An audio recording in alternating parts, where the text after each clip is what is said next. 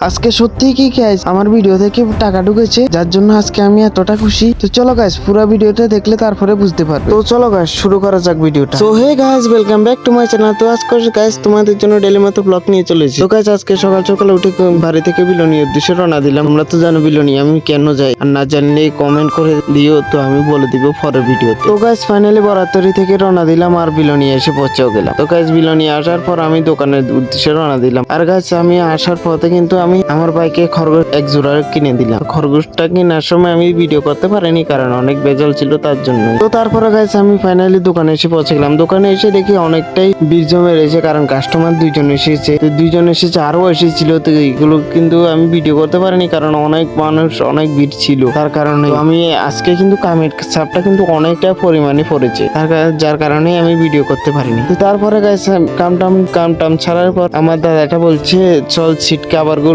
সব গুছিয়ে নি, কারণ মালিকে কয়দিন আগে সব মাল এনেছিল আর ওই সিট কাভারও এনেছিল।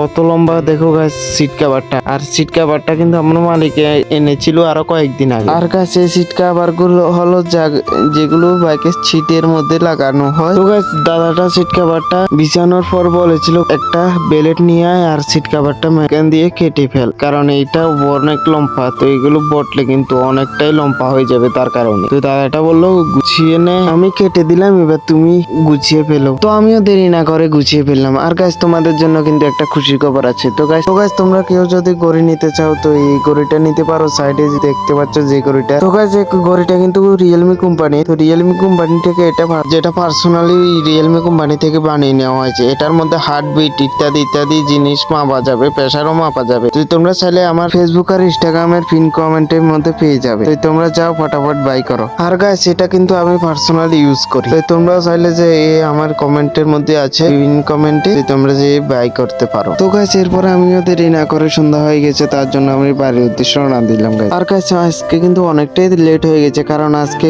অনেকটাই কাম পড়েছে আর অনেকটাই মাল এসেছিল। তো এই মালগুলো সব গুছিয়ে তো শীতে বাড়ির উদ্দেশ্যে রওনা। এখন কিন্তু প্রায় 7:30 বাজে। তো গাইস ফাইনালি বরাতের বাজার এসে পৌঁছে গেলাম। তো বরাতের বাজারে পৌঁছার পর আমি মাংস দোকানের দিকে একটু রওনা দিলাম, কারণ আমি একটু মাংস নিব।